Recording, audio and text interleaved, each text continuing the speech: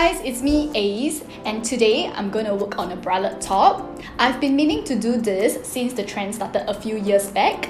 I was looking through Pinterest for inspiration and I came across the Home With You bralette by Free People. It's not like the usual lacy ones that we see everywhere.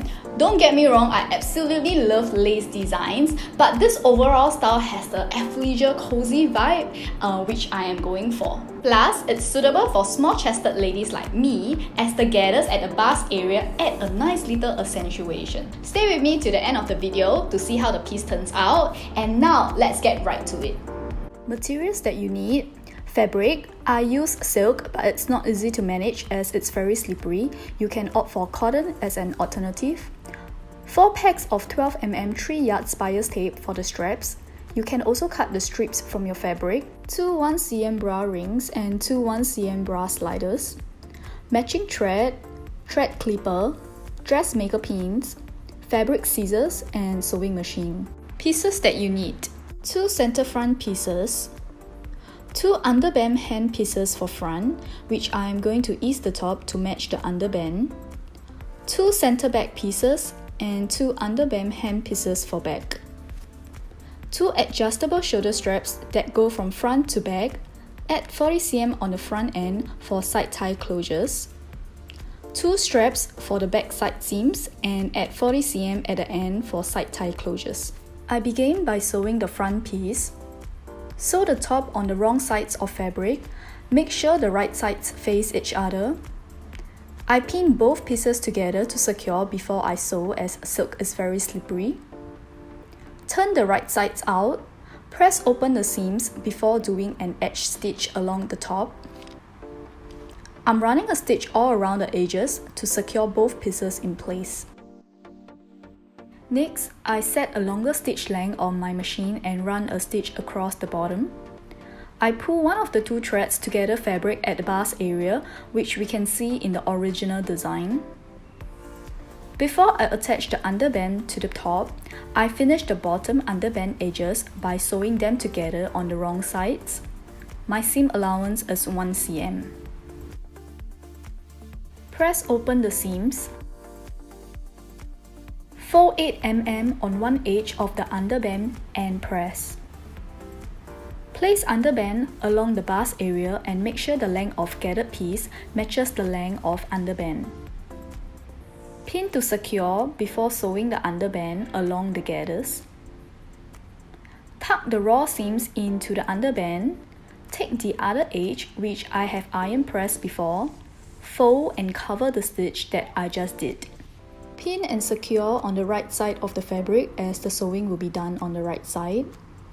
Sew right in between and all the way down. This method is called stitch in the ditch. Once done, you can see that stitching is not visible on the surface.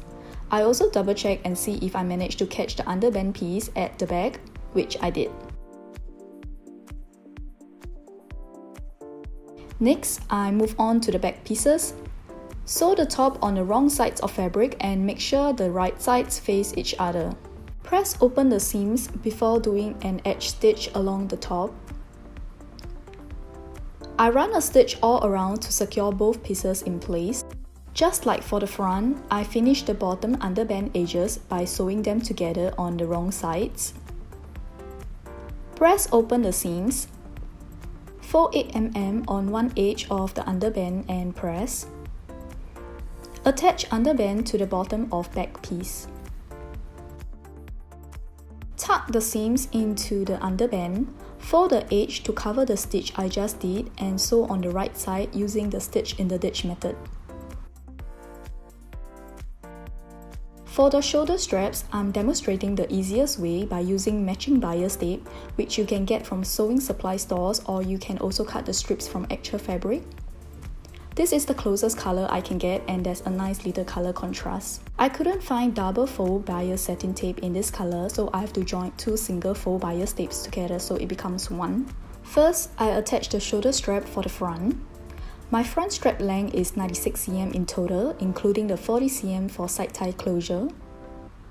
My original seam allowance was 1 cm, but since I'm using this off-the-shelf bias tape and its allowance is 5 mm, I will place it 1 cm from the seam, Sew down the sides and trim off the excess. Wrap the bias tape over the raw edges and fold it over. Finish the ends of your binding by turning the edges inside. Sew on the right side of the bias tape all around. Stitch close to the open edge of the bias and this will catch in the underneath of the bias.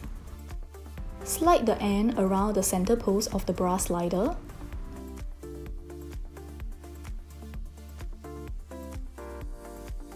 Put the bra ring through. Here's the tricky part. Use the end and go back through the slider in the same direction you went before. Pull it out and stitch the end down. Do it for the other side.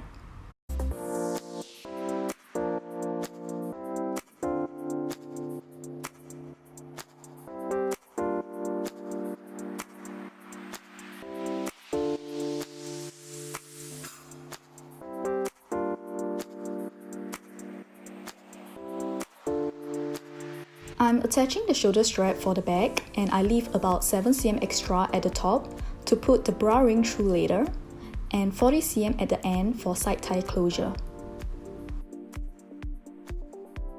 After sewing the sides, wrap the bias tape over raw edges and sew on the right side. Do it for the other side as well. Put the top end through the bra ring and stitch it down. Do it for the other side and your bralette is completed.